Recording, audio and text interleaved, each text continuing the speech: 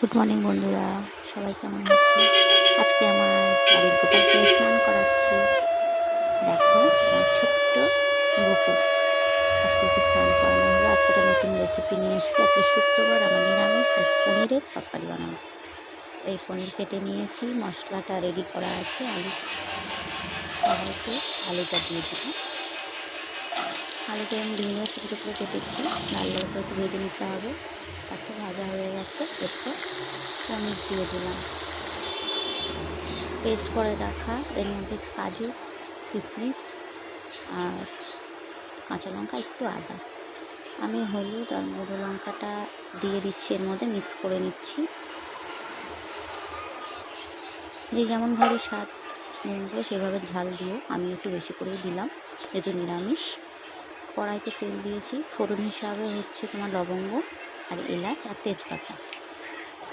আজকের ফোড়ন হচ্ছে এটাই। শুক্রবার হচ্ছে আমার জয়গুরু, তাই আমাকে নিরামিষ খেতে হবে, তাই পনির বানানো। ভাজা পনির দেখেছো লাল লাল করে ভেজেছি। মশলাটা মিক্স করে নিলাম ওর সাথে।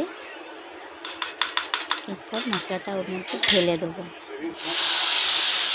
মশলাটা ঢেলে দিয়েছি, ভালো করে একটু কষে নিতে হবে, নাড়াচাড়া করে, নাহলে কাজু আর কিশমিশের গন্ধটা বেরোবে। তাই একটু ভালো কষে নিয়ে আলু আর পনিরটা একসাথে দিয়ে দিলাম, দিয়ে ভালো করে নাড়াচাড়া করে নিতে হবে।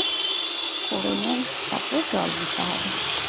জল দিতে হবে পরিমাণ মতন, যাতে পনির আর আলুটা একটু সেদ্ধ হয়, বিশেষ করে আলুটা দিলাম। এরপর ঢাকা দিয়ে রাখতে হবে 10 থেকে 15 মিনিট।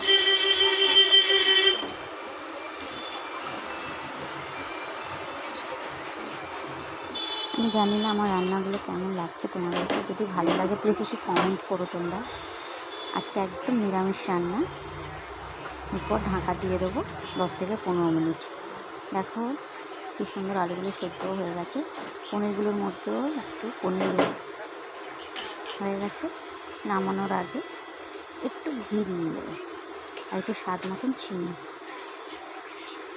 আমি একটু বেশি পরিমাণে ঘি দিলাম, তোমরা চাইলে অল্প দিতে পারো, বা কেউ যদি ঘি পছন্দ না করো নাও দিতে পারো, সেটা তোমাদের উপর নির্ভর করছে। বাট আমি দিয়েছি ফ্লেভারটার জন্য, ভালো লাগে যেহেতু নিরামিষ, তাই গার্নিশের জন্য তারপরে একটা ছোট্ট করে একটা কারি পাতা দিয়ে রেডি আমার পনির তরকারি। আজকে নিরামিষ করে খেয়ে দেখো, খুব ভালো লাগে খেতে।